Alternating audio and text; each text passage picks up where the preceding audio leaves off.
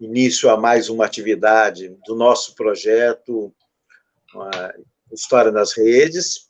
Esse projeto ele foi concebido e tem sido executado por mim, que sou professor do programa de pós-graduação em História da UFES e do programa de pós-graduação em Ciência, Tecnologia e Educação da Faculdade Vale do Cricaré, juntamente com a Cíntia Moreira Costa, que é doutorando em História da UFES, o Leandro do Carmo Quintão, que é doutor em História pela UFES, e a Jória Mota Escolfaro, que é também doutorando em História pela UFES. Nós queríamos agradecer a Pró-Reitoria de Extensão e fazemos isso em nome do seu pró-reitor, professor Renato Rodrigues, por ceder este canal para que nós possamos fazer as nossas lives. Nós tivemos que alterar a data de realização da nossa live, em função de que, a partir de amanhã, se inicia uma atividade da Pró-Reitoria de Extensão, e, portanto, nós alteramos as nossas lives, que passam agora a ser às segundas-feiras, porque também no dia 1º, no dia 30, no dia 1º de dezembro, nós vamos ter o início do nosso 8º colóquio de História das Doenças, que cai exatamente numa terça-feira, e nós vamos também fazer a nossa próxima live numa segunda-feira. Então, todos já estão convidados, e eu vou falar mais sobre isso mais para frente. Bom, a nossa live de hoje intitula-se... bom, eu gostaria também de agradecer a Sabrina, que é a nossa estagiária, que é aluna do curso de design da UFES, que nos assessora aqui diretamente, produzindo material de divulgação das nossas lives, e também aqui no comando aqui da tecnologia das nossas lives. A nossa live de hoje se intitula Hanseníase e a Política de Isolamento dos Doentes, a Colônia de Itaenga, no Espírito Santo. Hoje nós temos as nossas duas convidadas, que é a Tânia Maria de Araújo e a Simone Santos de Almeida Silva. A Tânia, ela é assistente social, mestre em saúde coletiva e doutora em História pelo programa de pós-graduação em História da UFES, que eu tive a felicidade de orientá-la em sua tese. Teremos, posteriormente, a Tânia falará primeiro, e depois teremos a fala da Simone, que é historiadora, é psicanalista, doutora em História das Ciências e da Saúde, pela Fiocruz, e o pós-doutorado dela em História pela UFES, que também eu tive a satisfação, de tê-la supervisionado nesse pós-doutorado. Ambas trabalharam conosco no projeto que nós realizamos e estamos ainda realizando,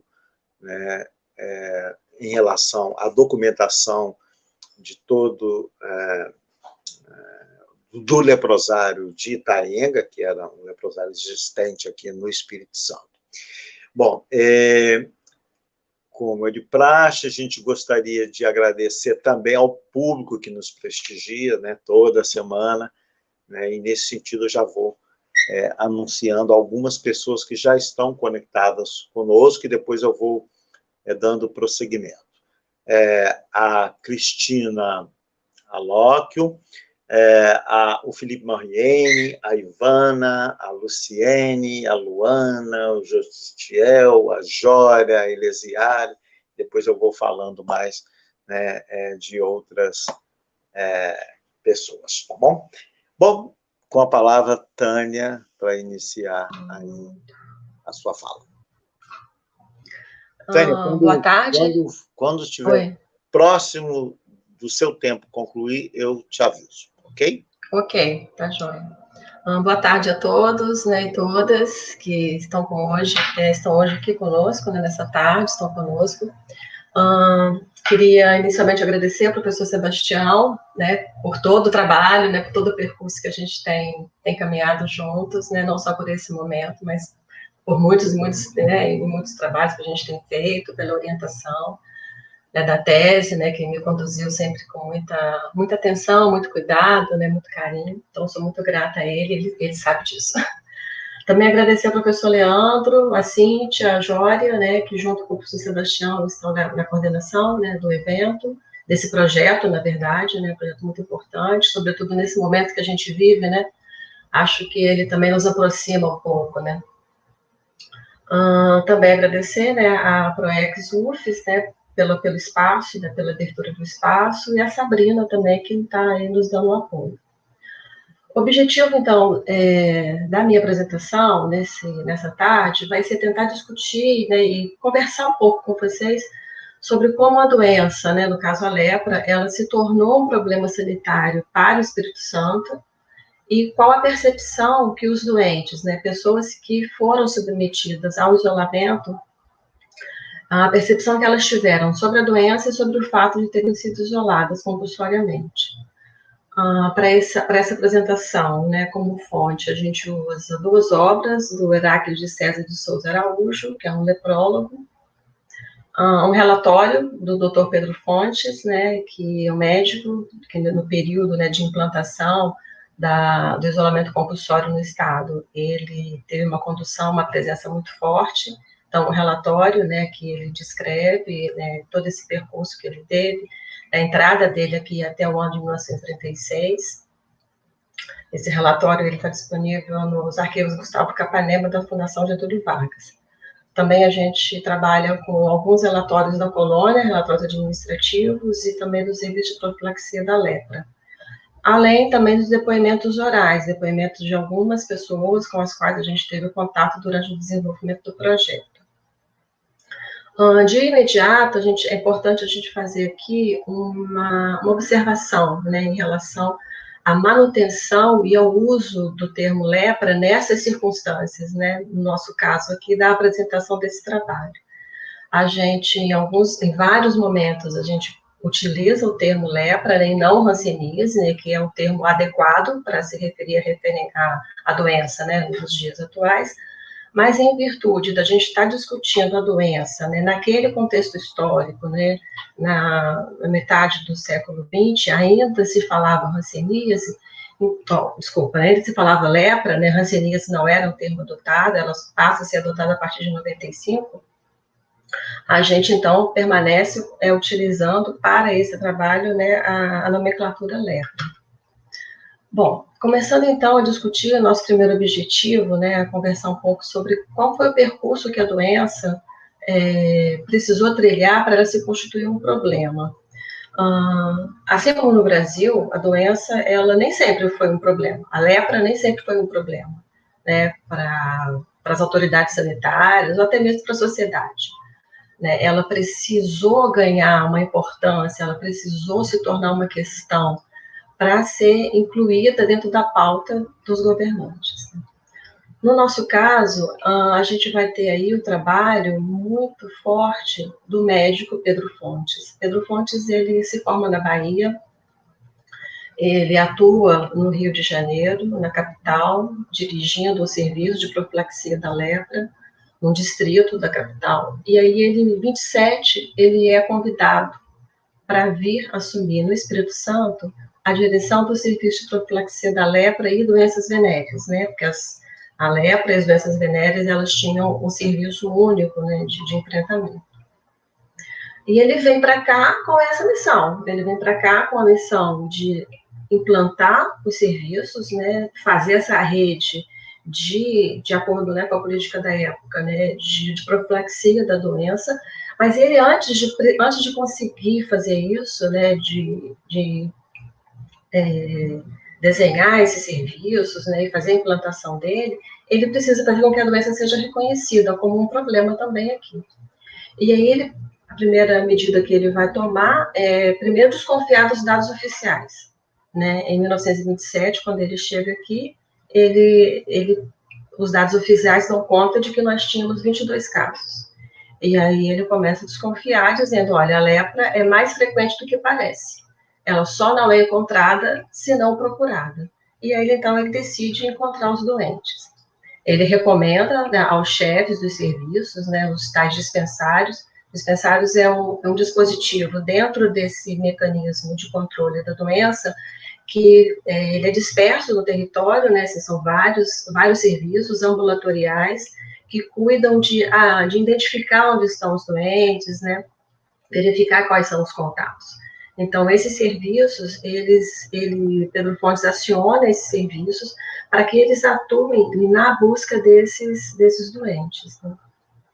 E aí, porque ele começa a perceber que, na medida que ele vai buscar, os doentes, eles aparecem de um ano após o outro, eles aparecem em números cada vez maior, e aí ele conclui que os casos não deveriam ser tão exíguos assim, né, tão raros, né. E aí ele vai dizer que ele passa por todas as cidades, vilas e lugarejos do estado, e onde quer que houvesse um caso suspeito, indicado pelo inquérito, por médicos, ou mesmo por pessoas leigas, idôneas, fosse fazenda, roça ou em plena floresta, para lá se transportava esse digno auxiliar, no caso ele, né? E aí, então, a gente tem uma noção, assim, de que qualquer pessoa podia sinalizar que se desconfiava de alguém que tivesse possivelmente a doença. Né? Quando ele fala de pessoas idôneas, fosse fazenda, roça, então, assim, era uma determinação muito forte para que o caso realmente fosse encontrado. Apesar dessa intenção dele, né, muito forte, dessa determinação, ele também julgava que o trabalho de campo era um trabalho que exigia muito sacrifício, né? Andar de lugarejo em lugarejo, e aí ele fala, né? Viajar 6 ou 8 léguas a cavalo, dentro da mata, para ir procurar um leproso, aproximar-se desse homem ignorante e naturalmente irritado, convencê-lo a deixar-se examinar e fotografar, tirar material para o laboratório e deixar examinar toda a família não é tarefa fácil, sendo até muitas vezes arriscada. Então, aí ele dá a dimensão de que esse trabalho de campo, né, que ele ia junto também com outros médicos, era um trabalho que exigia cuidados, né, e para ele sacrifícios, até porque esse contato com o doente não era uma abordagem muito tranquila, né, uma pessoa que nessa aproximação poderia ser taxada, né, diagnosticada ou suspeita como alguém que portava uma doença que era uma doença lastimável, uma doença tida como horrorosa para a população, para todo mundo naquela época, né? Uma doença que carrega aí um lastro muito forte de preconceito, de medo, de estigma, e era essa a função desses médicos, né, fazer essa busca. Só que também, além dessas dificuldades que ele levantava, ele conseguia ver mais vantagens no recenseamento, mais vantagens do que as dificuldades, né, que eram postas. Das vantagens, né, que ele cita no relatório, né, os doentes eram sempre em número superior ao que as estatísticas oficiais registravam, então era muito vantajoso fazer o censo, para dar essa dimensão da doença, né. Ele conseguia dimensionar quais localidades tinham maior ou menor incidência. Ele consegue também descobrir casos novos, na medida que ele examina os contatos daqueles doentes. Ele também considera, e é uma coisa interessante, quando ele fala que ele o censo torna a lepra conhecida para os médicos do interior, médicos que não tinham o olhar para aquela doença, né? Não sabiam fazer um diagnóstico diferencial, não conseguiam imaginar qual a diferença, por exemplo, de uma ferida de lepra para uma outra dermatose. Então, mostrar para o doente, mostrar para o médico do interior qual era o caso da lepra foi uma vantagem, porque ele, nesse sentido, ele acaba ampliando essa rede de médicos que vão ter esse olhar mais atento, né? Outra coisa importante, e aí importante também para o recolhimento desse doente, ele vai identificar onde mora. Então, ele não só conta o doente, mas ele ficha o doente, ele sabe onde ele está, sabe onde ele mora, o que ele faz, né? Interessante também, ele vai dizer que o censo, ele consegue identificar, através do censo, ele vai conseguir identificar quais as condições mais urgentes para que os contagiantes pudessem ser isolados naquele momento, né? Tendo em vista que a gente está falando aqui antes de 37, momento em que a colônia não estava ainda funcionando, a colônia de Itaenga, né? E aí, quais são essas condições, né? Pessoas extremamente pobres, pessoas que não tinham possibilidade de tratamento, mantinha uma distância maior, né, entre as residências e os dispensários, pessoas que poderiam, por algum motivo, né, profissional, ou mesmo pelas residências, assim, ter uma convivência maior, né, com outras pessoas. E também, com esse levantamento, ele consegue iniciar um tratamento de imediato, em domicílio, que naquela época era feito com as injeções do óleo de Schaumburger. E aí, esse tratamento, ainda que não tivesse ainda tantos resultados assim, mas ele fazia com que o médico se aproximasse do doente. E aí, esse doente, ele passava a aderir ao tratamento supervisionado pela medicina, e abandonava, então, as práticas de curanderismo, né? A gente está falando aqui, às vezes, um pouco sobre a colônia de Itaenga, eu só queria relembrar que a gente teve, há 2 semanas atrás, 2 ou 3, não me engano, uma live específica, né, sobre a colônia, a implantação da colônia, a instalação, uma live com o professor e também com o Arthur, isso, lembrei, com o Arthur, uma live que foi bem específica sobre a questão da colônia, então acho que aqui a gente não vai descer nesse detalhe, né? Nesses detalhes sobre a implantação da colônia. Como resultado do censo, então, ele sai de 1927, de 22 casos, para 10 anos depois, em 37, para 719 casos. Então, aí o censo vai mostrar para o Espírito Santo qual é a dimensão da doença, né? Qual é a dimensão dessa endemia. Se em 29, né, a gente encontrou relatos, artigos, né, de jornais falando que a doença não era um problema do Espírito Santo, mas que precisava, né, já ir pensando nessa questão, que era uma coisa, que era então o raciocínio daquele período. 10 anos depois, não tem essa conversa. 10 anos depois, a doença é sim um problema e o Estado precisava agir. Né? Então, aí, nesse sentido, os doentes eles foram sendo encontrados, sempre de um número maior, de um ano para outro, e a gente tem aí um cartograma, Sabrina, você pode colocar, por favor? Um cartograma que vai nos mostrar a distribuição dos doentes, o resultado desse censo, né? Essas circunferências maiores aí, elas demonstram para a gente a localização dos focos que agrupam maiores números de doentes, né?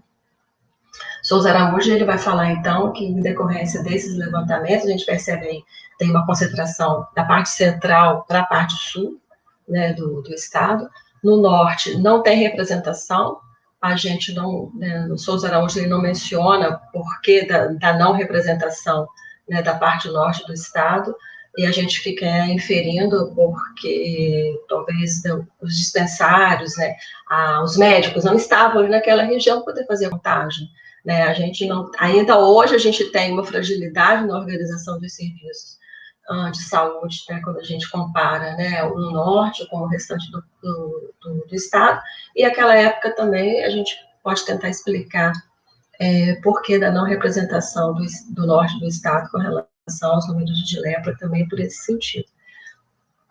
Os maiores focos, então, eles estavam em Alegre, Colatina, Mimoso, Afonso Cláudio, Cachoeiro de Itapemirim, Guaçuí e Vitória.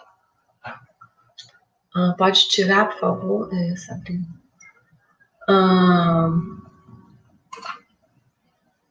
Diante desse mapa, né, dessa distribuição, quando ele começa, então, a reconhecer, né, já uma vez tendo dimensionado a doença, reconhecendo os doentes onde eles estavam, ele começa, então, a ter o desenho dos serviços que ele iria sugerir, que ele iria implantar, né, junto ao governo federal, que seriam, de imediato, os dispensários e o leprosário. Os dispensários, né, em 36, eles já são aqui 8 dispensários mistos, né, e ele, como eu já disse, eles eram estratégicos para atrair esses doentes, né, e fazer com que eles já se aproximassem de algum tipo de tratamento.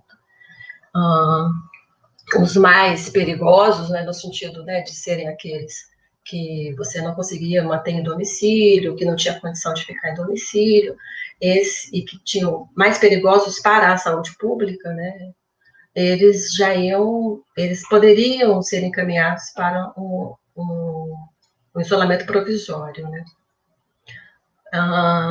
Em 45, a gente vai ter 15 unidades desses dispensários fixos, né? Já teremos 15 deles. Um outro serviço que é aí, então, com todo empenho, né? Pedro Fontes, ele age junto ao governo estadual e federal para conseguir o desenvolvimento desse serviço, são os leprosários.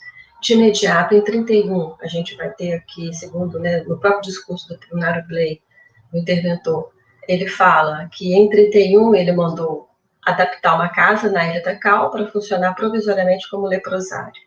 Em 33, esse pequeno ambiente, nesse pequeno leprosário de urgência, ele vai ter 10 doentes, 5 homens, 5 mulheres. E aí, então, sempre pensando naquela questão, né, estavam ali os considerados mais perigosos, né, para a saúde pública. A colônia, ela é instalada em 37, né, e aí, como eu já disse, né, a gente já teve uma live aqui com o Arthur, o professor, falando sobre, né, a instalação da colônia, todos os detalhes, a escolha do projeto, do terreno, né, as investidas, né, que o Pedro Fontes e o interventor fizeram para conseguir a instalação do serviço. Ela se instalou em 37 e foi um orgulho para todo mundo, né, para todos, tanto para o governo federal, né, porque para ele era um exemplo de serviço que ele estava entregando, para a sociedade, porque representava, né, uma obra que seria majestosa, né, um verdadeiro monumento diante da situação que se colocava de necessidade de controle da doença. E para o governo estadual significava que um abrigo de pessoas que só foi possível mediante a bondade, né, da autoridade federal. Né, Punário Bley se refere dessa forma, né, a instalação do leprosário. De imediato, Pedro Fontes, ele diz que de imediato foram recolhidos para a colônia 230 pessoas, e que o ingresso dessas pessoas foi super tranquilo, que elas não fizeram oposição, e que não precisou de usar apoio policial. E aí dá a demonstração para a gente de que ele achou um doente passivo, né? Um doente passivo, que não se opôs. E também vai, né, quando ele fala assim, a gente entende que ele diz, olha, eu não usei a força policial, mas eu poderia ter usado.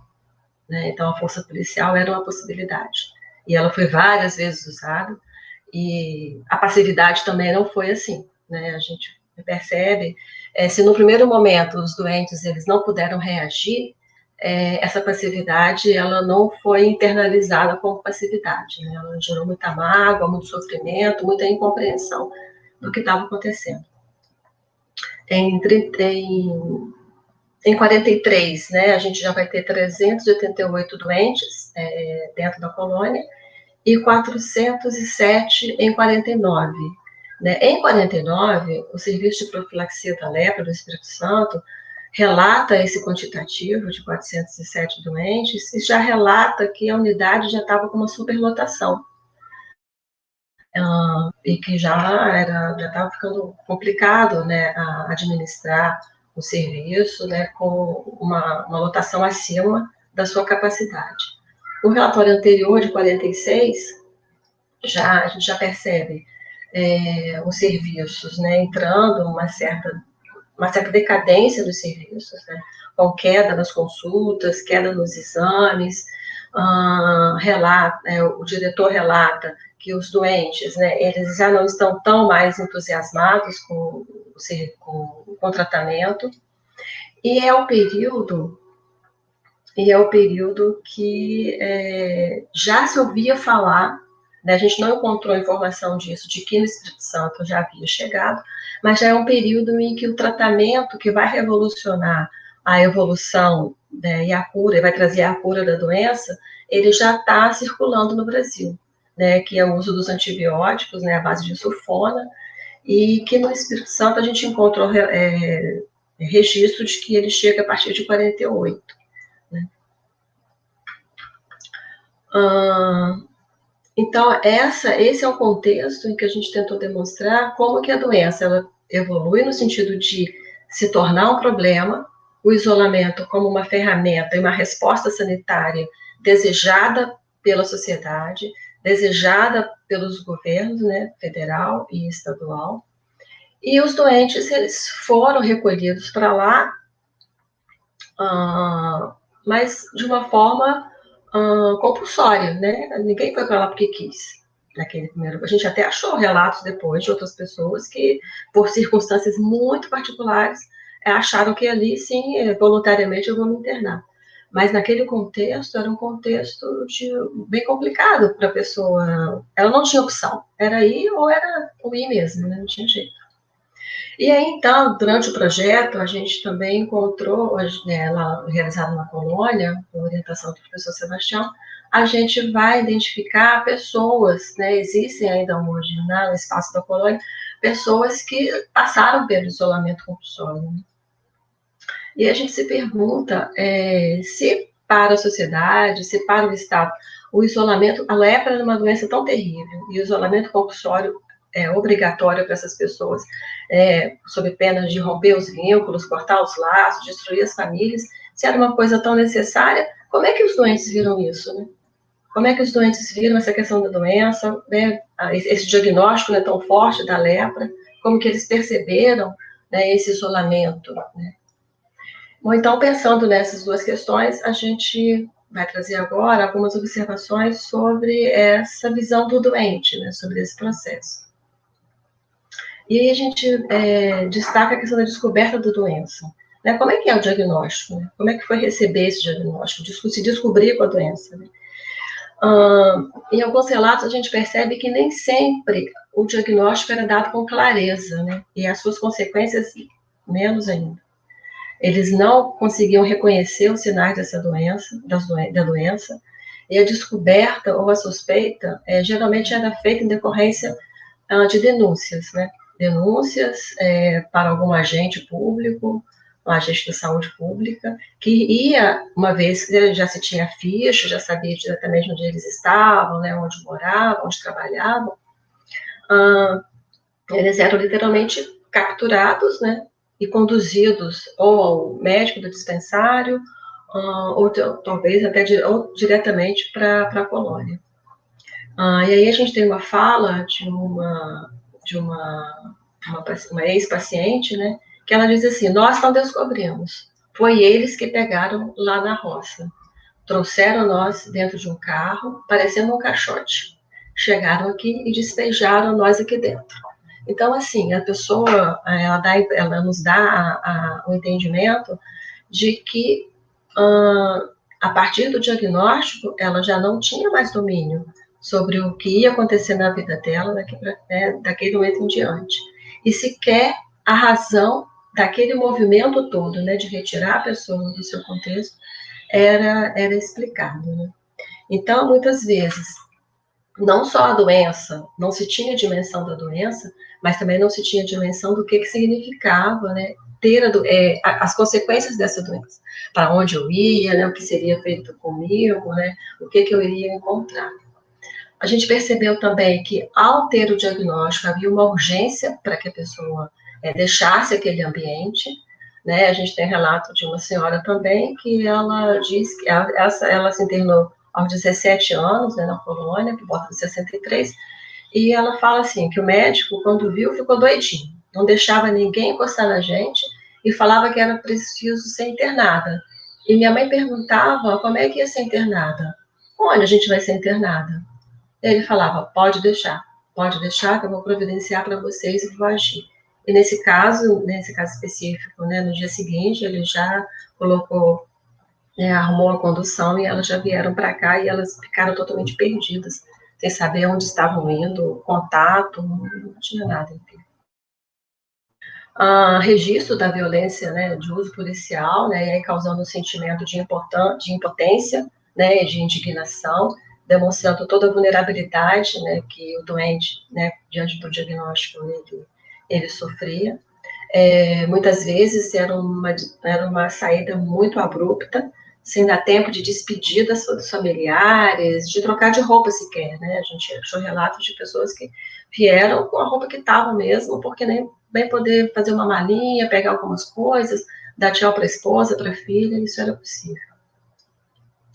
E aí, nesse sentido também, a gente achou o diagnóstico com uma conotação de uma condenação, né? E a partir do diagnóstico, né, se perdia qualquer perspectiva que houvesse diante da vida, né? Com esse rompimento, né? Deixei tudo para trás, deixei meus terrenos, deixei alguma coisinha que eu tinha, algum animal, galinha, porco, além dos familiares, quer dizer, tudo ficou para trás. Era uma outra vida que eu ia reconstruir, né? E uma vida que eu não sabia também o que era. Esse processo também, né? Seja da doença, seja do isolamento, a gente identificou também a presença do preconceito e do estigma, né? Os pacientes têm essa percepção de que tanto ser uma pessoa que teve a doença, que teve a lepra, quanto o ingresso na colônia foram marcas que geraram estigmas, né, e preconceito.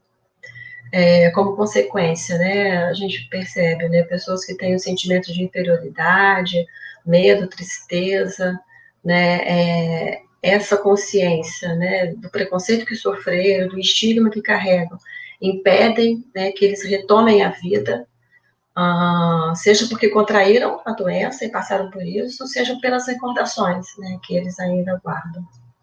E trazem a ideia também, que aí é bem complicado, a ideia de que essas condições, elas me desabilitam a viver fora do espaço da colônia. Tanto que muitas pessoas permanecem, né? Seja porque criaram condições, seja porque não se sentem em condições de enfrentar a sociedade, né, lá fora.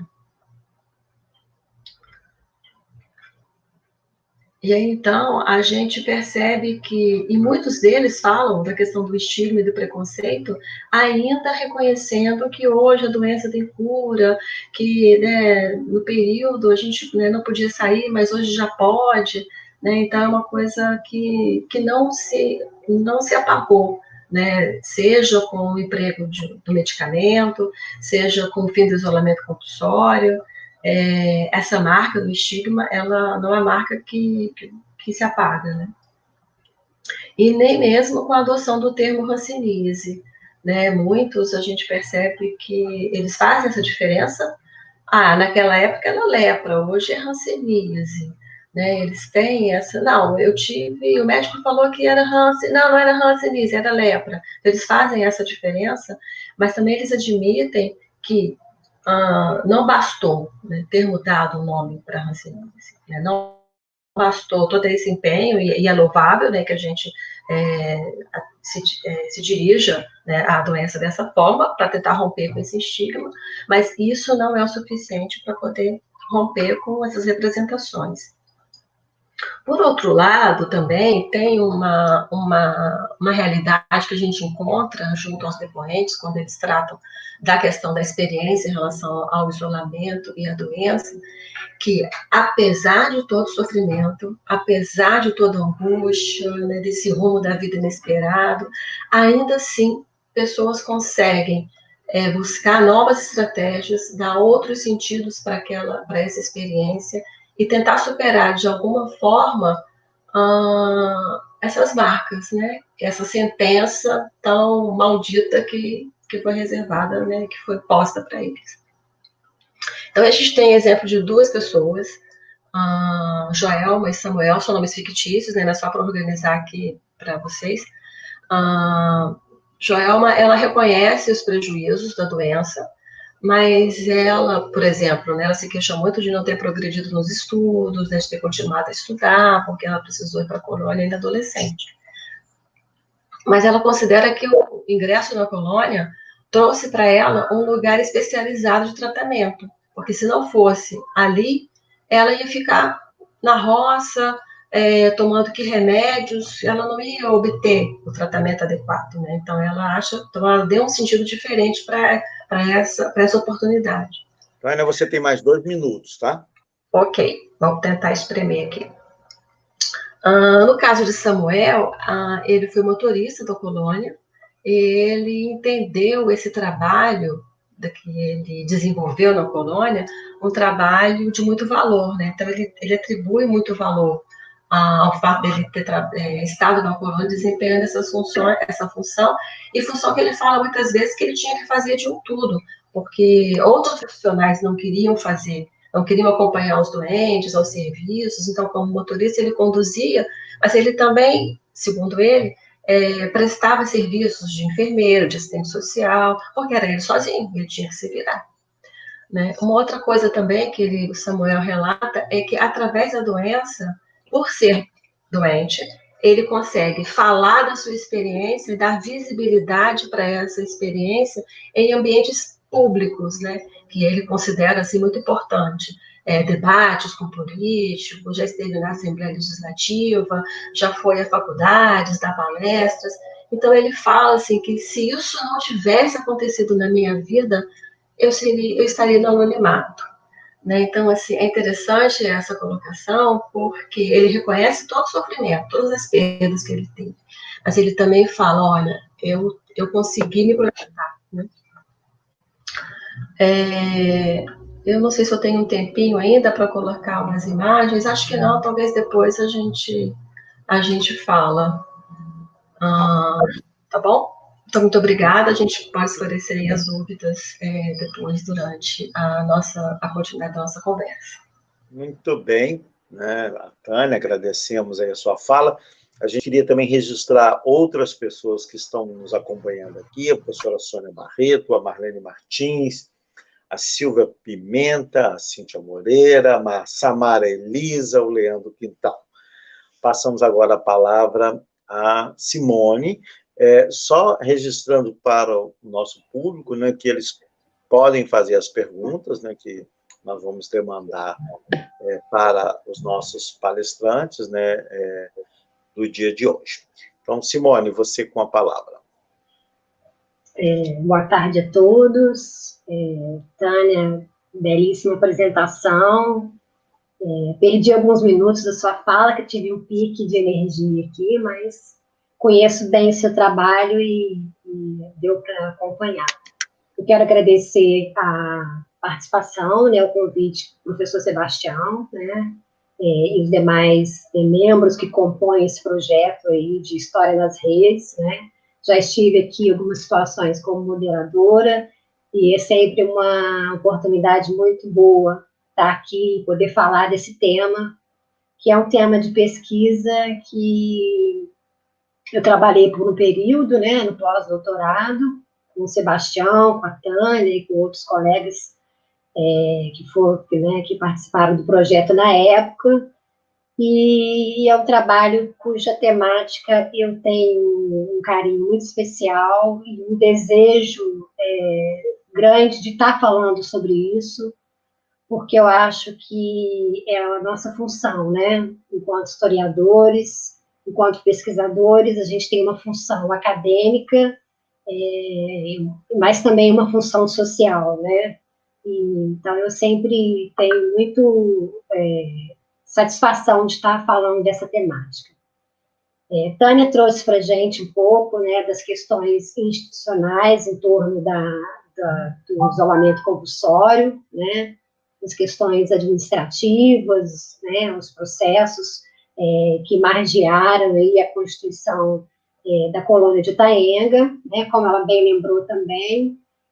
Já tivemos uma live há 15 dias atrás, falando um pouco da colônia, E eu estive, né, durante a pesquisa, acompanhei o trabalho de coleta de entrevistas com os pacientes, com os internos lá na colônia, e tive a oportunidade de ouvir alguns depoimentos desses pacientes, né, que estão lá, né, boa parte dos pacientes ainda estão lá, moram na região em torno da colônia de Itaenga, e com seus filhos, inclusive, né.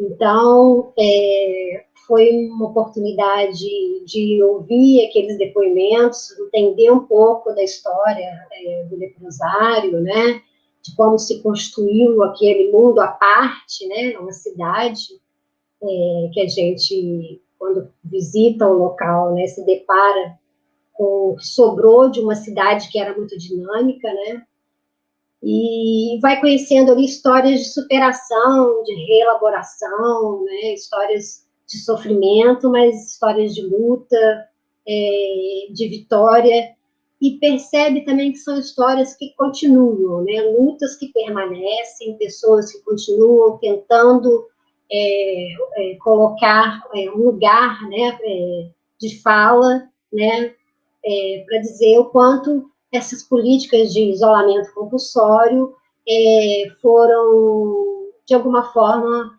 danosas, né, para as constituições familiares, para as relações parentais. E nisso, e a partir disso, eu fiquei pensando muito sobre a questão dos filhos desses pacientes com hanseníase, né?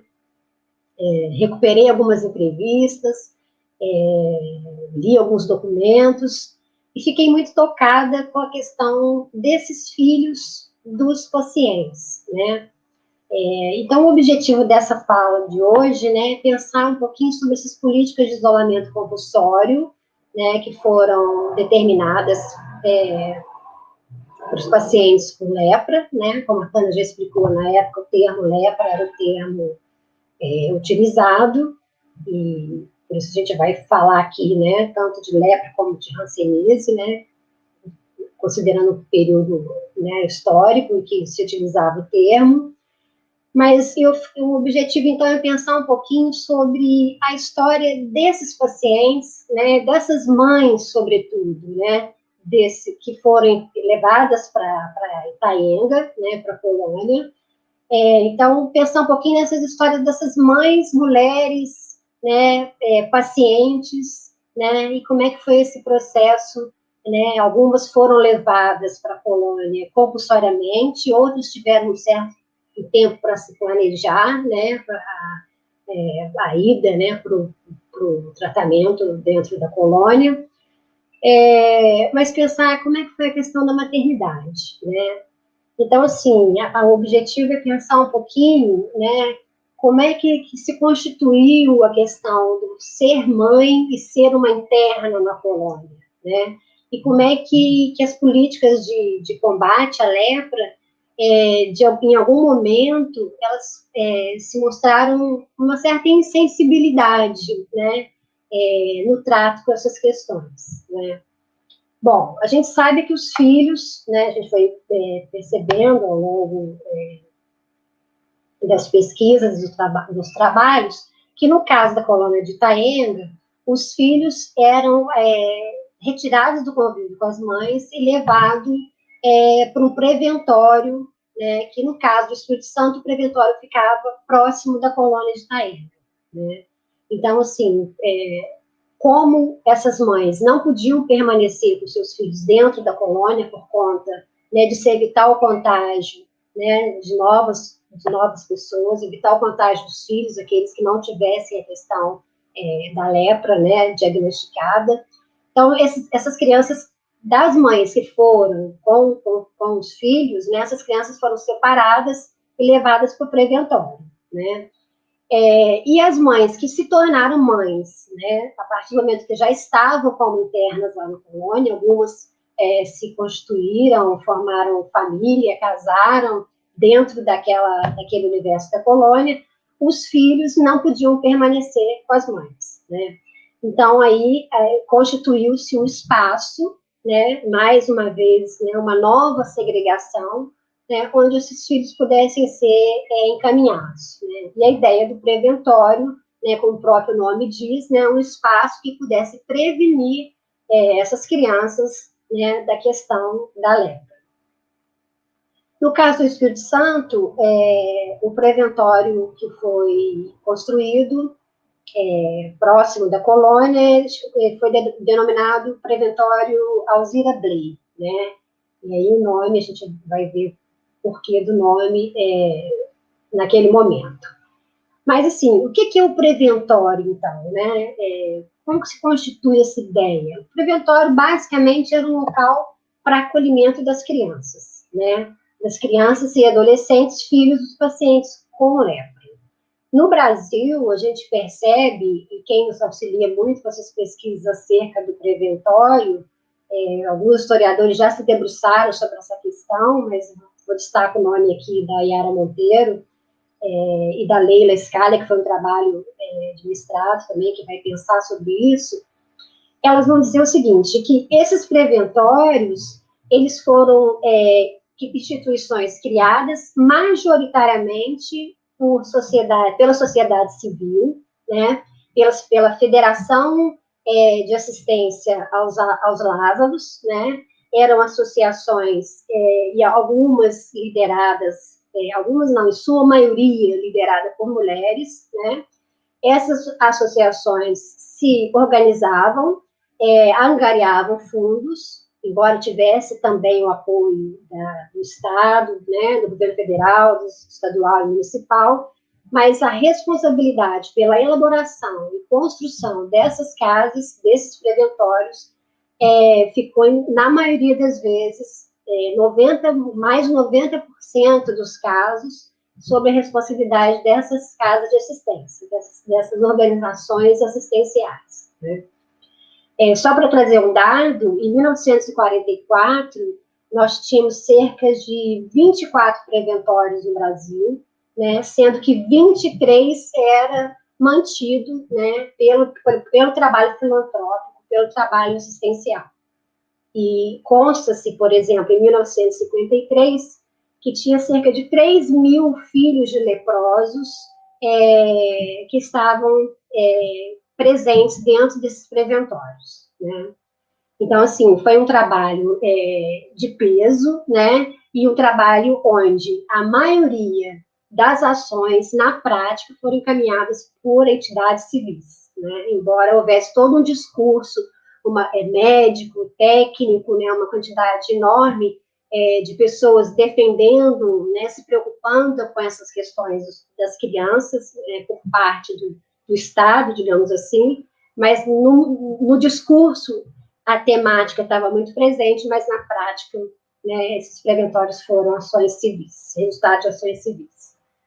Bom, mas a questão do preventório era uma questão, de certa forma, complicada, porque se as políticas de internação compulsória dos pacientes com lepra, né, determinavam que os pacientes deveriam ser recolhidos, né, como o Pedro Fontes mesmo anunciava aí, conforme a Tânia levantou para a gente, né, a lepra, se fosse procurada, era encontrada, então era preciso encontrar esses leprosos, né, recolher eles nas colônias, compulsoriamente, né, havia um serviço de recolhimento, como a Tânia mencionou, mas levar os pais, levar as mães para essas colônias, né, sem dar um respaldo para os filhos, era uma questão, era um entrave para essas políticas de isolamento. Então, por isso que a questão dos preventórios, embora, né, ela fosse uma questão, digamos, secundária, era uma questão importante, né? Facilitaria a adesão e o processo de recolhimento dos doentes, na medida em que as crianças tivessem uma assistência, né? Só que muito se discutia, né, sobre a construção dos leprosários, dos preventórios, onde eles deveriam se organizar, né, se era próximo dos pais, se era uma boa opção ter uns preventórios e acolher essas crianças mantendo perto do convívio dos pais. Alguns médicos achavam que isso não era uma boa opção, né, para alguns, como o Brechelli, que era um médico do Departamento de Profilaxia da Lepra, eles argumentavam que a questão do estigma seria muito caracterizada, né? Então, para alguns médicos, manter o preventório perto da colônia era um problema, né? Um problema que poderia reverberar na vida dessas crianças, né? Tem até uma frase, né, do Bechelli, que eu selecionei, que ele vai dizer o seguinte, olha, os perigos de montar um preventório, né, de organizar um preventório próximo da colônia, pode estar na influência psicológica nociva dos pais sobre os filhos rancenianos, né, que poderia aumentar o complexo de inferioridade sobre essas crianças, ocasionando a depressão moral, né, por pensarem na possibilidade futura dessas crianças se tornarem leprosos, né? Então, esse médico, ele defendia que esses preventórios fossem mantidos mais distantes e mais descolados das colônias, né? E, consequentemente, dos pais dessas crianças, né? A gente sabe que, embora o argumento desse médico, né, fosse a preservação da criança, né, em relação à questão do estigma, ao mesmo tempo era um problema, porque se preserva a criança sob esse aspecto, né, está também preservando ou impossibilitando que essa criança tenha um contato, tenha uma identidade, né, com seus pais, né, tá protegendo a criança dos seus próprios pais, né, em que medida essa é uma questão salutar, né, embora ele estivesse acreditando que esse era o caminho. Enfim, havia muita polêmica, então, em torno, né, dessa questão dos preventórios, né, mantê-los perto dos pais, manter o contato pais e filhos, como é que seria feito isso na prática, né? Havia muita polêmica também em relação à própria localização desses preventórios, porque para alguns manter um preventório numa área mais próxima à cidade ou dentro da cidade, né, acolher essas crianças, filhos de leprosos, numa localização mais urbana, isso seria interessante porque poderia oferecer para essas crianças acesso à escola, serviço de saúde, emprego e etc., né? Mas, ao mesmo tempo, alguns, né, defendiam que isso não seria uma boa ideia, né? Porque também poderia manter essa ligação, né? O estigma dessas crianças mantinha-se com elas, independente delas estarem em contato ou não com os pais, né?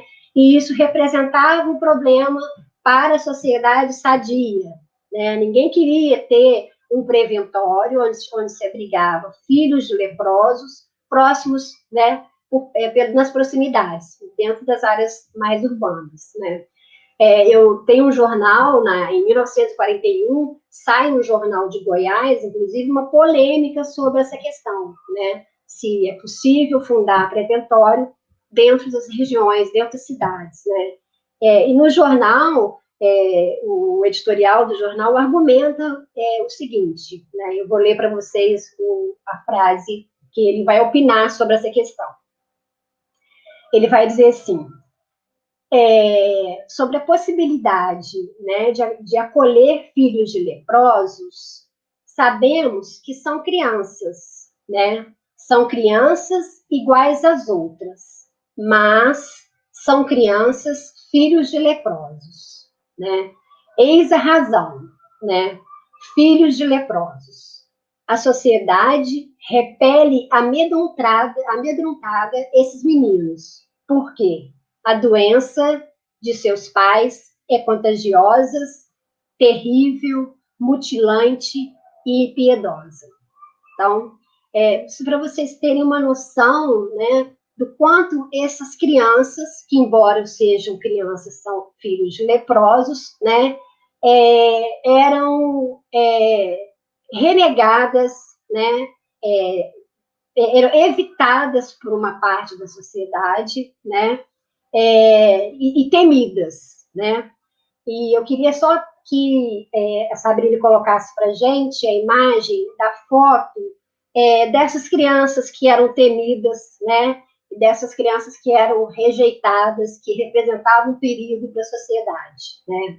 A gente tem aí uma foto retirada das nossas pesquisas lá em Itaenga, né, de um grupo de crianças que viviam no preventório no Alzira Blay, né, no Espírito Santo. Acho que não precisa de muitos comentários, né? Ver uma foto dessa diante, né, de um comentário como esse que foi publicado no jornal, né? Embora tenha sido publicado no jornal em Goiás, a gente sabe que essa era a opinião de muitos, né? Não de todos, mas de muitos. Bom, continuando.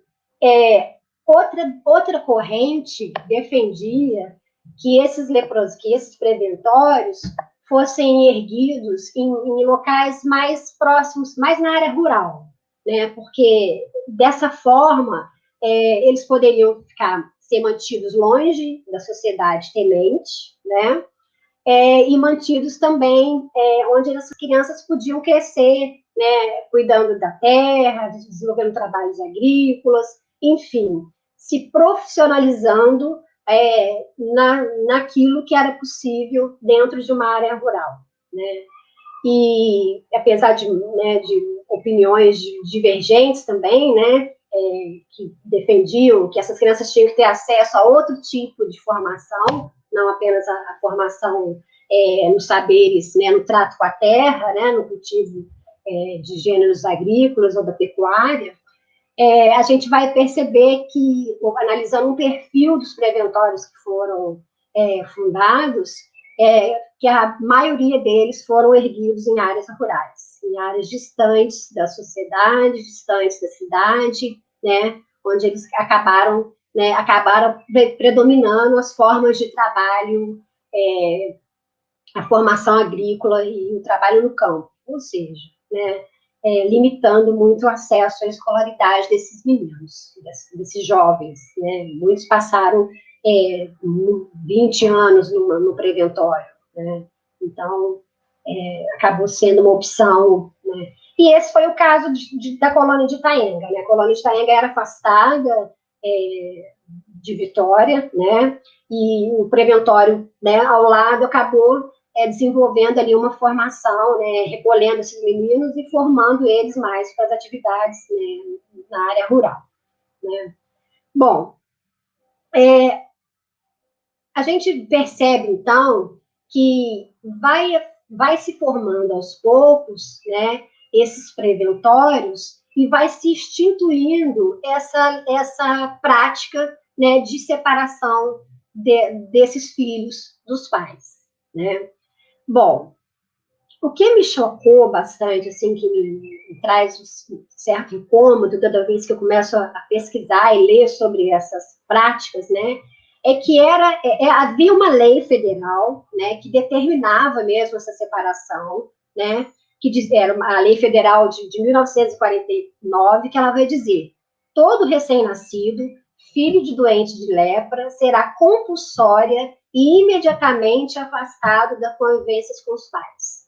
Então, sendo assim, foi recorrente, né, a retirada desses filhos do ventre das mães, né? As mães já engravidavam e tinham seus filhos dentro da colônia, ciente de que, após o nascimento, eles eram levados para os preventórios, né? Então, assim, durante a nossa pesquisa lá na colônia, conversando com algumas mães, né, o que a gente percebe é que, de fato, essa lei era implementada, né, era praticada. Então, há relatos, inclusive, das mães que falam que elas não podiam nem mesmo organizar um enxoval para os seus filhos, né, porque o próprio fato de ter um enxoval, de tocar no enxoval, poderia ser uma via de contágio. Então, elas não tinham esse direito de preparar alguma coisa, alguma peça, para que fosse mandada, né, para os seus filhos no preventório. Elas eram impedidas, então, de exercerem a sua maternagem, né? O bebê nascia, né, já era levado, né, e elas tinham seus filhos vivos, né, mas no campo do esquecimento. Lembrando aí o título da tese da Tânia, né? Os filhos estavam vivos, mas eram relegados ao esquecimento, né? Então, assim, cada vez que a gente tem contato com essas histórias, né, por mais que a gente já tenha um tempo de caminhada, de pesquisas, é um pouco, não tem como não se emocionar, né, com essa situação, imaginar todo esse contexto, né, em que as mães tinham seus filhos retirados, impedidos de amamentar, impedidos de acalentar, né, levados pelos agentes, né, de saúde pública, né, enfermeiras, os técnicos, que estavam ali exercendo seu ofício também, cientes de que estavam fazendo a coisa certa, né, de cumprindo sua missão, né. Então, assim, a gente vai ver que elas têm uma separação brusca desses bebês, né, elas têm a rompimento desses laços afetivos e acabam enfrentando uma espécie de morte em vida, né. Algumas mães vão rever, vão conhecer os seus filhos muito tempo depois, né. Então, é uma perda que é maior, talvez, ou mais difícil de ser trabalhada, elaborada, do que se fosse a morte do bebê, né? Porque a dor da morte, de certa forma, você está perdendo algo que, de certa forma, faz parte da compreensão humana, né? O que a gente já convive mais facilmente, né? É uma perda resultante, é um luto, né? É uma perda de afeto por conta da vida, né? Essas mães não. Essas mães, elas perdiam a vida em vida, né? Que talvez, que eu acho que talvez seja mais doloroso, porque não era uma perda evidente, não tinha o filho morto, não tinha, né, todo o ritual funerário. Era o filho levado. E o pior, levado para ali. Ali que não se podia ir até lá, que não, era difícil de ter acesso, cheio de proibições, né? O filho estava ali, né? Mas era uma perda que não era materializada, que não era vivida, né? E o Freud vai mostrar para a gente um pouco, né, que a pessoa que tem esse tipo de perda é uma pessoa que sabe que perdeu, mas não sabe o que perdeu nesse alguém. Né? O Freud vai estar falando um pouco sobre isso no livro Luto e Melancolia. Né? A pessoa sabe que perdeu a convivência com o filho, mas não sabe exatamente como é que teria sido a experiência de ser mãe daquele filho, a sensibilidade de tocar naquele bebê, né? A vivência na primeira infância, né? O momento do recém-nascido, né? O acompanhamento do crescimento, as lembranças, né, daquele bebê, do crescimento do bebê. Né? Então, assim, tudo isso é muito mais complicado perder desse jeito, né? É muito mais difícil de elaborar a perda dessa maneira, né? Enfim, é nesse aspecto que eu queria chamar um pouco a atenção, né? De que são perdas impossíveis de serem recuperadas, né? Perde-se um tempo, perde-se uma sensibilidade, perde-se a afetividade, enfim, perde-se os laços, né? É difícil de recuperar isso, né? E a gente percebe isso nos depoimentos que a gente teve acesso, né? Conversando com uma das mães, que foi um dos depoimentos bastante marcante, que ela vai falar sobre essa impossibilidade de recuperar esse filho depois, né? Por mais que ele volte, que a partir de determinado momento, década de 50, década de 60, né, já começou a haver um certo afrouxamento nessas ações aos olhos da lei, né, de afastamento das crianças, a gente vai percebendo que à medida que essas crianças conseguem voltar, né, que é permitido recuperar essas crianças, a gente percebe que essa recuperação não é total, né? Eu já fui avisada que eu tenho 5 minutos, então, assim, eu queria encerrar um pouco, né, falando, né, a partir de tudo que eu trouxe aqui para vocês, com um texto, são 2 pequenos parágrafos mostrando essa questão, né, dessa perda de contato com os filhos e desse retorno, né, de algo que não se completa. A Sabrine podia botar para a gente os 2 parágrafos, que eu separei. O primeiro é um paciente que é interno em Curupaty, né, na colônia de Curupaty, no Rio de Janeiro, que é o Antônio Martins.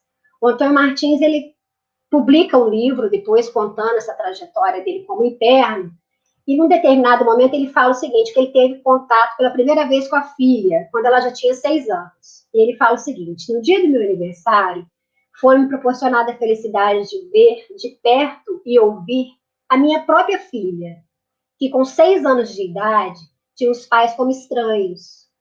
Lembro-me de que à noite, ao chegar em casa, fui encontrá-la ao lado da mãe assustada e tímida. Pude verificar com certeza que os anos de separação entre pai e filha haviam cavado um abismo cuja extensão não podia ser medida. Então, assim, né, ele traz para a gente, de uma forma bastante poética, né, o quanto que era irrecuperável, né, aquilo que a separação compulsória, né, havia provocado. Um outro depoimento que eu queria trazer para vocês, esse sim a gente recolheu lá na colônia de Itaenga, com a dona Clara, né, colocamos aqui um nome fictício, que ela vai contar para a gente um pouco como é que é essa questão, né, da maternidade, né, da maternagem, né, na colônia. Ela diz o seguinte: eu ficava triste, eu chorava pra caramba. Eles panhavam eles com um biguinho e tudo. Enrolava no lençol. O carro estava pro lado de fora. Enrolava no lençol e, ó, fui ver essa menina, filha minha, depois de 2 anos. Eles não falavam. Já vinham, apanhavam a criança em cima da cama, levavam eles. Eu chorava muito. Era a primeira filha. Depois veio mais filhos. Levaram todos. Foram levando tudo. Não ficou nenhum, não. Depois de um tempo, liberaram as crianças para os pais ponhar. Tive 5 meninas e 4 homens. Um morreu de meningite com 4 anos, lá no educandário. Foram me chamar para ver. Eu não fui ver. Só meu marido e meu cunhado, que era dentista, que entrava lá para visitar. Os filhos não considera a gente, não. Não considerou, não. Essa menina que está aí comigo, ela não fala mamãe, não toma benção. Enfim, né? A gente percebe que, no caso da dona Clara, né, ela não perdeu um, né, ela perdeu 9, né? 9 filhos foram levados. Ela tem, né, contato com esses filhos depois de um tempo, né, no caso da filha, né, da primeira filha, ela vai ter contato com ela depois que ela tem 2 anos de idade, né, e eu me lembro de uma outra situação, estar com essas duas, né, com essa interna, com a mãe e com a filha, e ela de novo colocar para mim: olha, tá vendo? Ela não me chama de mãe. E a filha responde para mim: não, a minha mãe é a Joana. Joana era uma das enfermeiras lá do preventório, né? Então, essas crianças, elas acabavam, enquanto estavam no preventório, se organizando, se reorganizando os seus laços, né? Se organizando dentro dessa questão da maternidade de uma maneira, de certa forma, menos dolorosa, talvez, do que as mães, né?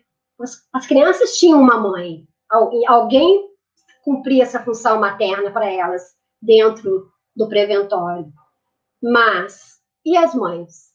Né? Para as mães ficava um vazio.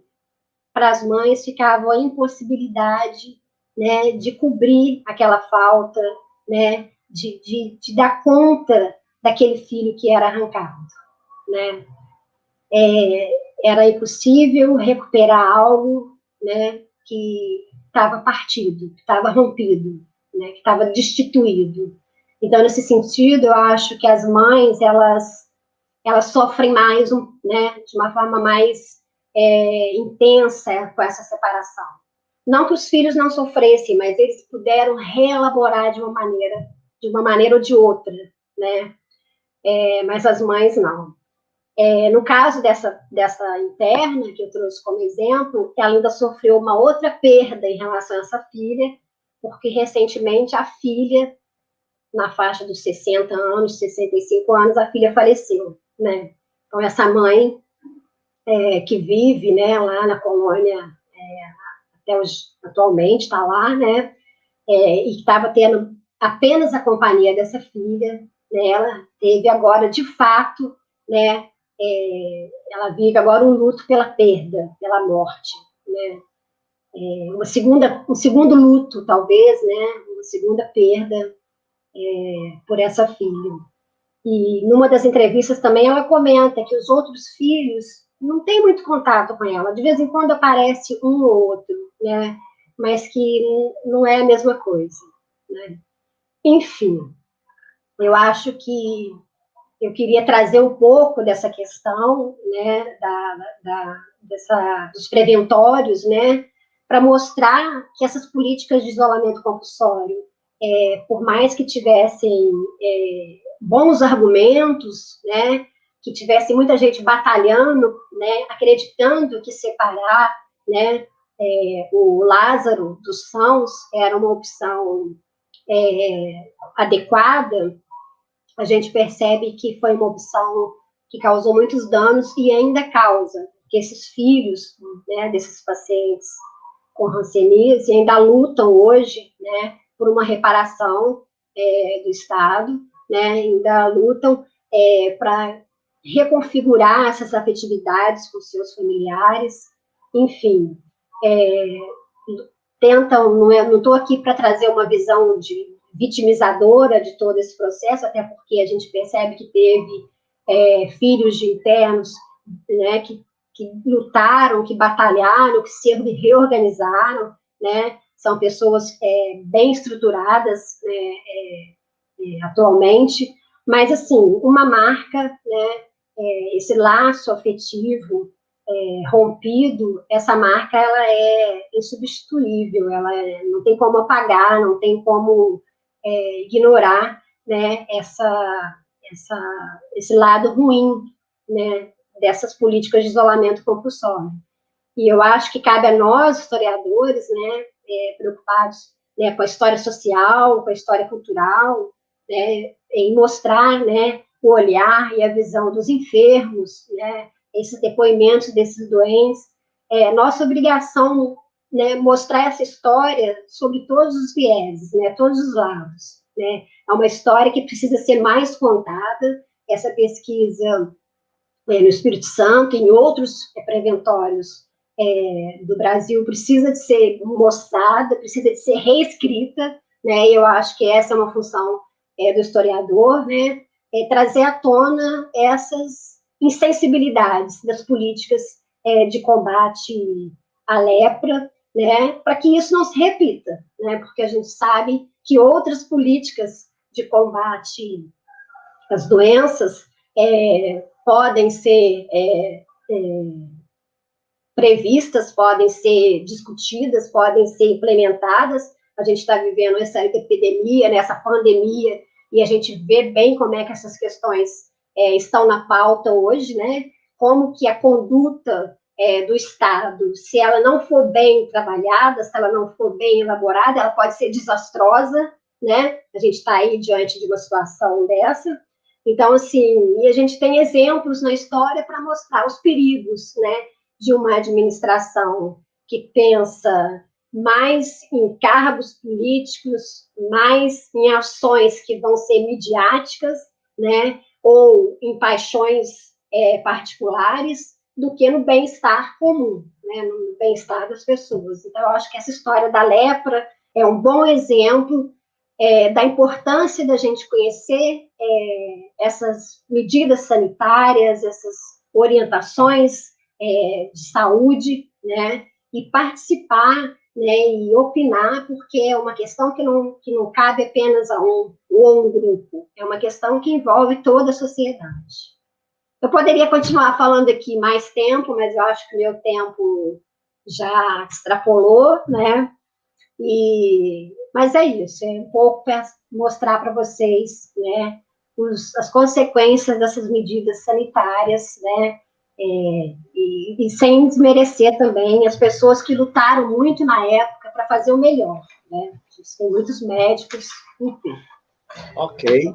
Olha, eu queria ainda fazer um registro de algumas pessoas, a Eneida, o Gilton, assim, Tânia e Simone, várias pessoas aqui se manifestaram parabenizando a vocês pela fala, né? Então, vocês devem ter acompanhado aí, né, o que demonstra que a assistência gostou muito aí da apresentação de vocês. Eu diria de pronto que eu também já esperava 2 apresentações muito boas, né?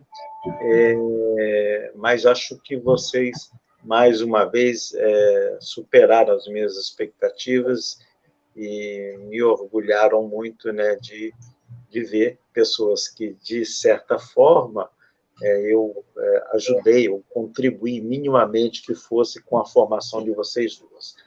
Vocês são muito especiais, né? E diria que me marcaram muito aí, jamais serão esquecidas. Bom, então, nós vamos passar para as perguntas e para alguns comentários que a assistência nos faz aqui, porque nós já ultrapassamos um pouco aí, todas as ultrapassaram um pouco o tempo de vocês. Eu pediria, então, a Sabrina, por favor, vamos passar as perguntas para... Olha, uma pergunta, o Felipe faz uma pergunta diretamente a Tânia, né? Como se dava o contágio da lepra entre pessoas vivendo na roça ou em local rural, espaço sabidamente pouco povoado. A pergunta é para a Tânia, mas não significa que se a Simone quiser fazer algum comentário, também pode fazer. Felipe, então, olha só, apesar de ser um espaço, né, que a densidade ela é mais fluida, o espaço pouco habitado, isso não impediu que a doença fosse transmitida de uma pessoa para outra. Em algum momento da vida desse doente, ele manteve um contato com outro doente, um contato que foi bem próximo e, de certa maneira, prolongado, para que ele conseguisse ser contaminado pela doença. A transmissão dela, ela subentende essa condição, né? Não é como uma gripe, né, que o contato rápido você consegue se contaminar com o vírus, né? No caso do bacilo, ele precisa de um contato com outra pessoa, com o doente, e que seja longo e prolongado. Então, aí a gente vai pensar em grupos de trabalho que mantenham ali um contato por um bom tempo, família, né, grupos familiares. Muitas vezes a gente se deparou com situações que a pessoa, no contexto familiar, naquele momento lá, ele não percebia ninguém. Não tinha o pai, não tinha a mãe, o amigo, o irmão, ninguém tinha. Mas, de repente, ele se lembra, meu tio-avô, lá atrás, ele tinha uma ferida, que daí, então, podia ser um sinal da lepra. Então, assim, em algum período, em algum momento da vida dele, ele teve esse contato que foi prolongado, né, e que propiciou essa contaminação. Simone, você quer falar alguma coisa ou está satisfeita aí com a resposta da Tânia? Tá joia, a Tânia respondeu. Então, vamos passar para uma outra pergunta, por favor. Bom, pode ser para qualquer dúvida das duas. Vamos passar para a Simone, né, já que está respondendo. A Luciane Francelino pergunta qual era a localização, deve ser exata, né, da colônia. Deve ser. Enfim, mais ou menos isso. A colônia de Itaenga fica naquela região, né? Talvez vocês até possam falar melhor do que eu, né? Mas Cariacica, né?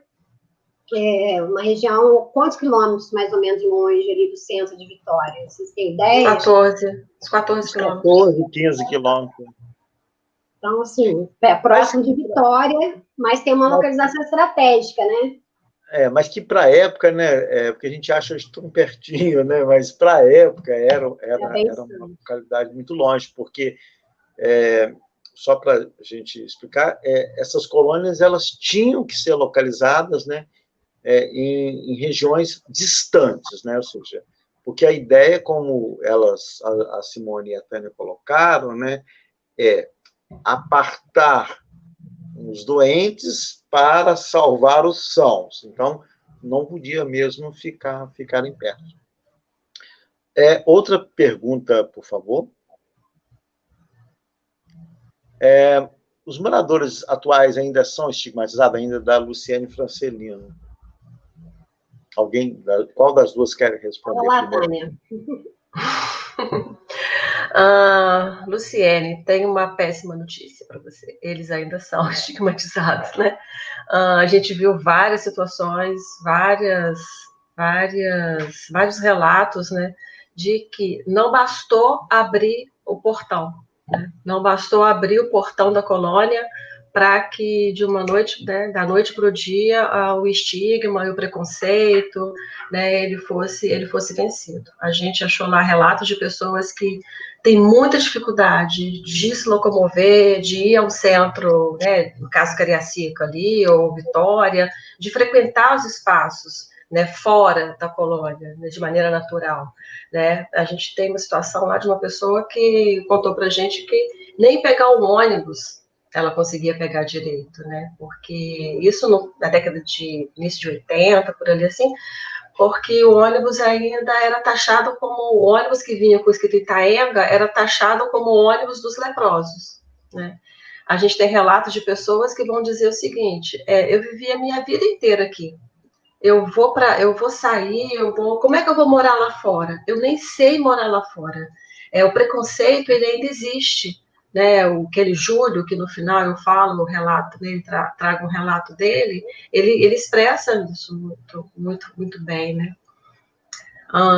E tanto o preconceito, né, e o estigma ainda permanece nessas histórias, nesse ambiente, que eles, mesmo com os portões abertos, né, da colônia, eles não só não foram morar em outros locais, recuperar, né, onde as famílias estavam, em outros municípios, como eles construíram casinhas muito próximas, né? Então, eles permanecem ali na mesma região, né? O bairro Pica-Pau, o bairro Padre Matias, são extensões da colônia.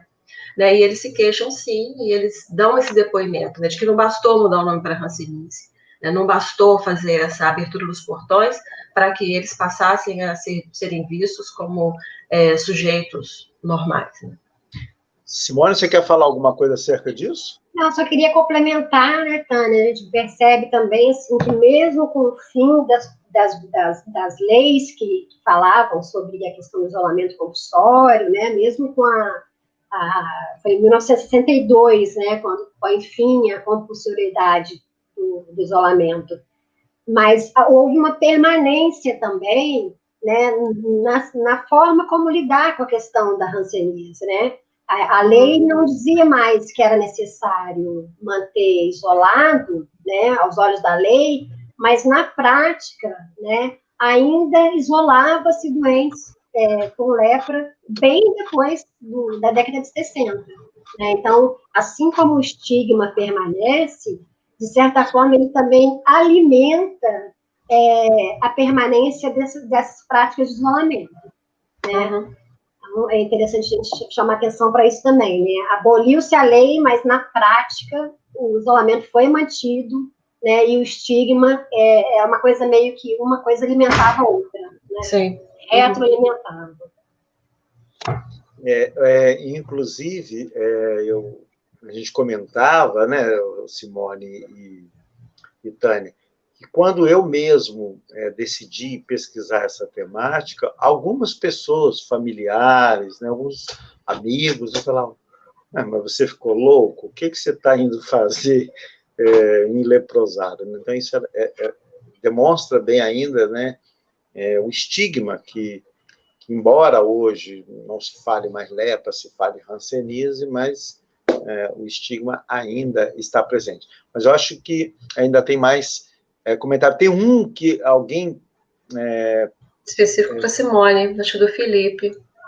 Não, peraí, Simone, pode confirmar que a problemática histórica da lepra gira mais em torno de suas representações estigmáticas do que no fator clínico da doença em si? Eu gostaria de ouvir mais a respeito.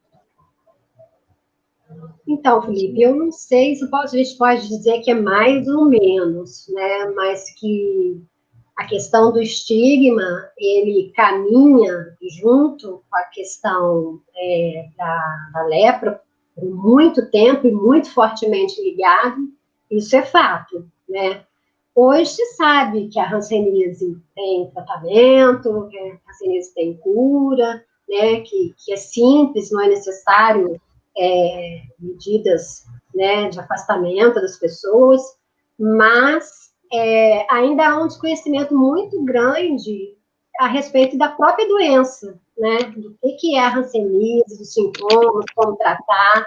Existe ainda uma resistência também das próprias pessoas, né, de encarar o diagnóstico, de assumir o diagnóstico de hanseníase, né, e de começar um tratamento desvinculado da questão do estigma, né? Muitas pessoas, eu já ouvi isso, inclusive de médicos dermatologistas, que dizem muitos pacientes não dão continuidade ao tratamento, né? Vem aqui, tem um diagnóstico, começa, a gente já, né, faz a prescrição dos medicamentos, mas muitos não retomam, né, porque não dão conta de lidar com essa questão do estigma, né? Então, dizer que o estigma apagou, eu acho que seria, né, uma ilusão da nossa parte. Mas, com certeza, a gente já avançou bastante, né? E já é possível lidar com isso de outra forma.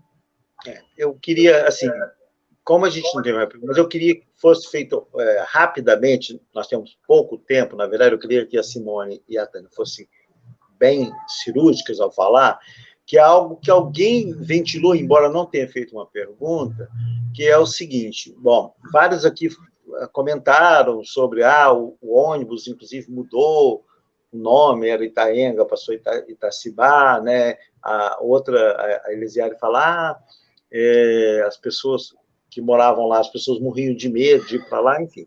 Mas o que eu queria falar é o seguinte, é um local de tristeza, né? É um lugar de dor, é um lugar de sofrimento.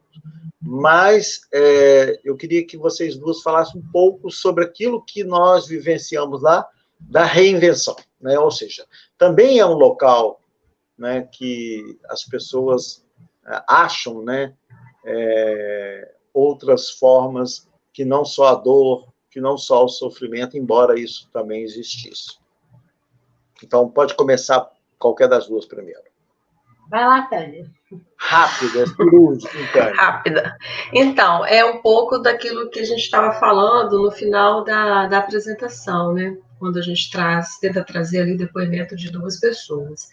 É uma abordagem que precisa, né, como o professor aí colocou, precisa ser sempre bem ponderada para a gente não ficar enaltecendo, né, dizendo, passar um pano, né, nessa história, né, dramática, como foi, e agora começar a dizer, olha só como é que eles conseguiram e tal. Não se trata disso, né? Eu acho que a gente encontrou, a gente percebeu ali, naquelas vivências, né, naquelas experiências, formas de resistência, né, formas que apontavam, olha, tudo bem, eu tenho lepra, eu estou isolado, mas isso não vai ser o fim da minha vida, né? Eu vou usar daqui para me redescobrir, constituir família, conseguir o trabalho, ter a gente até... Engraçado as coisas. As pessoas até escondiam que tinha lepra para poder dar um jeito na vida, né? Trabalhar, se relacionar, e não importa, ter a doença, morar onde eu moro, é problema meu. né? Isso me pertence, e o que eu vou fazer com isso, eu resolvo. E aí a pessoa conseguiu casar, conseguiu trabalhar, conseguiu ter outros relacionamentos sociais, né? E isso é importante. É importante porque a gente tira essa coisa da vítima, né? O doente como vítima. Tudo bem, sabe? A política foi uma coisa horrorosa? Foi. Mas as pessoas conseguiram buscar energia, sabe, ver estratégias, astúcias, né, que o Sertor fala, conseguiu ali reinventar, sair daquela condição de que, minha vida, né, meu drama, né, meu destino, é isso que eu tenho, é para ir, para frente que eu vou seguir. Isso foi muito bacana, assim, por ter colocado a gente numa outra perspectiva, né, sabe? Não é uma história de perdedor, né? É uma história de pessoas que resistem, né? De pessoas que se rebelam, né? Dentro de uma situação ali, né? Bem, bem delimitada, né? Mas é uma história de pessoas que questionavam a administração anterior, na época de colônia, questionam a administração de hoje, né? Porque hoje o hospital continua existindo, né? Como o Hospital Estadual Pedro Fontes, e a colônia, né? Quem mora ali mantém uma certa relação, né? Com o hospital, mas é muito importante, assim, eu acho que a gente sair um pouco desse lugar, né? De observar aquela pessoa como vítima, né? E perceber que ela tem, sim, né, um poder e uma capacidade de se rebelar, né, de marcar uma posição e buscar outros sentidos para a vida dela. Isso é muito bacana. Também um protagonismo, né, da sua história. Exato, também. Exato. Simone, eu queria te ouvir rapidamente. Vou falar rapidamente. Então, a questão que a gente viu também é que, assim, os pacientes, muitos, assim, olha, estou aqui, estou feliz, não consigo imaginar minha vida sem ser aqui. Aqui eu aprendi a costurar, aqui eu aprendi a trabalhar como alfaiate, aqui, enfim, pessoas que reelaboraram, né, uma vida a partir daquela situação, né? A gente ouviu muito, a Tânia lembra disso, muitos depoimentos que as pessoas diziam, eu sou feliz aqui, eu não quero sair daqui, que é meu lugar, né? Agora, como a Tânia falou, a gente não pode vitimizar essas histórias, mas a gente também não pode esquecer, né? Por exemplo, os filhos desses internos, muitos se formaram, muitos trabalham, foram gerentes de altos cargos administrativos, também não ficaram naquela retórica, né, de que eu sou filho de paciente de leucemia, eu fui afastado e a minha vida foi dominada. Muitos reelaboraram e seguiram sua vida, né, com a mãe, mesmo todos com a mesma mãe, né, que era a mãe que eles sempre repetiam, minha mãe é fulana, ela que é minha mãe, né, que era a enfermeira do preventório. Mas eles se reestruturaram. Agora, é claro, o laço afetivo, a perda, né, dos pais, do contato com os pais, isso é irreparável e irrecuperável, né? E eles colocam isso para a gente, né? A gente sabe também que o preventório teve histórias, não exatamente o de Itaenga, porque a nossa pesquisa não avançou, mas alguns preventórios no Brasil tiveram histórias de adoção não consentida por pais, né? Histórias de agressão, né? Histórias de abandono. Então, assim, existem elementos que precisam ser recuperados, precisam ser considerados, né? Porém, né, como bem disse a Tânia, sem encaminhar essa discussão para o lado da vitimização e do coitadinho, né? Mas, assim, as pesquisas que a gente fez lá, no caso da colônia, a gente saía de lá, tinha dia muito triste e tinha dia muito alegre. A gente ia para a casa de alguns internos, essa senhora mesmo que a gente entrevistou, que eu trouxe a fala dela, a gente saía de lá com coisas que ela fazia questão de dar pimenta, ovo, pão, couve, enfim. Pode né? Café, a gente ia tomar café, comer o biscoitinho. Então, assim, eles faziam questão de nos mostrar que eles tinham algo para nos dar. Além de sua história, de sua vivência, de sua memória, eles tinham uma vida, uma casa e algo para nos oferecer. E, assim, as memórias também tinham histórias belíssimas. A gente lembra das histórias dos salões de festas, dos bailes, dos jogos no cassino. Tudo isso tinha no contexto da colônia, né? Então, assim, dos namoros, a gente ouvia memórias de internos, né? Trazia para a gente nos depoimentos as falas afetivas, né? Histórias eu tive um namorado assim, assim, assim, ele era lindo. Enfim, foi uma experiência, né, que é completa, né? Eu acho que nós somos agraciados, né, de ter tido essa passagem por lá. E eu quero agradecê-los também, né, por essa experiência, por ter compartilhado. A gente agradece o tempo todo, né, Tânia, né, Sebastião? Sim. De ter dividido com a gente suas experiências, seus relatos. Temos que agradecê-los muito. É isso. E é muito interessante, né, assim, porque geralmente nós, pesquisadores, escolhemos as pesquisas que nós vamos fazer. E eu sempre digo, e eu acho que o que aconteceu com sua vida, Simone, e acho que Tânia também, é que a lepra que nos escolheu, né, a hanseníase que nos escolheu, nós não tínhamos intenção de ir pesquisar isso, né, e de repente estamos envolvidos com isso, né, e que foi muito bom, né, foi uma experiência muito rica, muito legal mesmo, eu achei. Bom, olha, muitos comentários falando muito bem de todos vocês, mas eu preciso encerrar. Eu só queria chamar a atenção para a nossa próxima live. Vocês terão, tem alguém perguntando se terão certificado. Terão sim, quando o evento acabar, vocês vão ter o certificado. Depois a gente vai comentar sobre isso numa próxima live. O Igor está me perguntando aqui. Então, a próxima live também vai ser numa segunda-feira, na próxima segunda-feira, porque nós vamos ter o colóquio de História das Doenças, né? Então, que começa, né, numa terça-feira, então não dá para fazer a live na terça. E a temática é bibliotecas e arquivos como espaços de transformação social.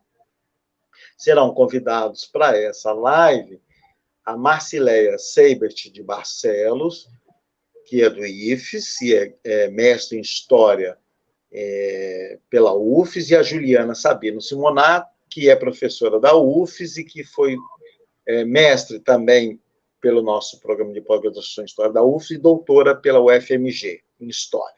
Né? E a mediação será da Jória Mota Scolfer. Eu queria ainda rapidamente, antes de passar para as duas fazer as suas despedidas, registrar a presença do Giovano Ferreira, Daniela Sischini, Nara Vaz, o Igor Vitorino e a Nadir, né? Que eu não tinha registrado ainda a presença deles. Com a palavra Tânia e depois a Simone. Bom, que pena, né? Acabou. Passa tão rápido, a gente fica ansiosa para a hora que vai chegar, não sabe se vai dar conta e depois vai querendo ficar mais um pouquinho. Mas queria agradecer, né, ao professor Sebastião mais uma vez, né, pela oportunidade, e também agradecer a toda a equipe, né, que coordena o projeto, um projeto que eu já disse, né, é muito bacana, né, tenta nos unir aí, nos dar fôlego nesse momento tão delicado, né, da nossa vida. Agradecer também a companhia de Simone, uma querida, né, que a gente está junto já tem um tempinho, e é sempre muito bom estar com ela. Agradecer também as pessoas que tiraram um tempinho para hoje à tarde, né, ficar aqui com a gente, e nos ouvindo, né, nos provocando, nos trazendo questões que ajudam a gente nesse caminho que a gente está se propondo, né, a estudar. Acho que cada pergunta dessa, cada manifestação de carinho e cada pergunta é uma forma de dizer, olha, continua porque o tema ele é necessário. E necessário não só pelo tema histórico, né, pela importância da história, mas é necessário também para a gente continuar refletindo cotidianamente o que essas histórias, né, essas representações, elas deixam para nós, né.